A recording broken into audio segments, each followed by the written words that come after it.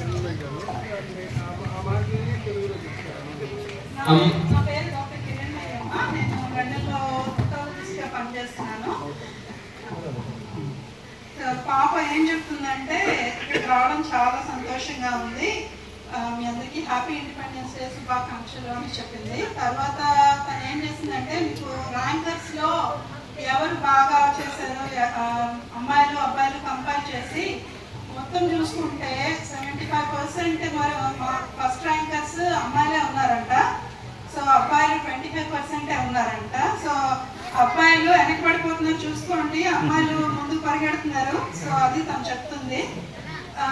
So అమ్మాయిలు ఆడపిల్లలు అనే వాళ్ళకి అమ్మాయిలు చూడండి, అందరూ టాపర్స్ లాగా ర్యాంకర్స్ లాగా ఉన్నారు. సో ఆడపిల్లలు కాదు, ఆడపిల్లలు.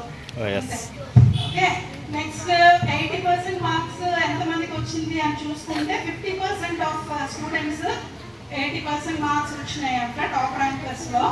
50% సరిపోదు, ఇంకా బాగా చదివి ఇంకా చాలా టఫ్ కాంపిటీషన్ ఉండేటట్టు ర్యాంకర్స్ మధ్యలో తక్కువ తేడా ఉండేటట్టు ఉండాలి అని చెప్తుంది పాప. సో ఈ ట్రస్ట్ పెట్టి 24 ఇయర్స్ అవుతుందమ్మా ఇప్పటికి. So next year 25th year. So silver Jubilee celebration next year.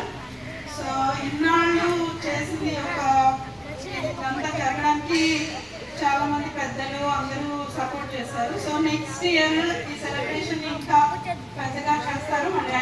అంటే మా హస్బెండ్ వంశీగా కూడా నెక్స్ట్ ఇయర్ వస్తారు ఈ సెలబ్రేషన్కి అని పాప చెప్తుంది. సో అందరికీ హ్యాపీ ఇండిపెండెన్స్ డే.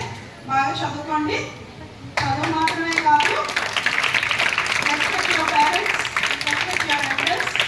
పెద్దవాళ్ళకి రెస్పెక్ట్ చాలా ముఖ్యం. చదువున్నా కూడా సంస్కారం లేకపోతే దేనికి పనికిరాదు. సో మంచిగా చదువుకోవాలి, బుద్ధిగా ఉండాలి, మంచి చేయండి, మంచిగా ఉండండి. ఓకే.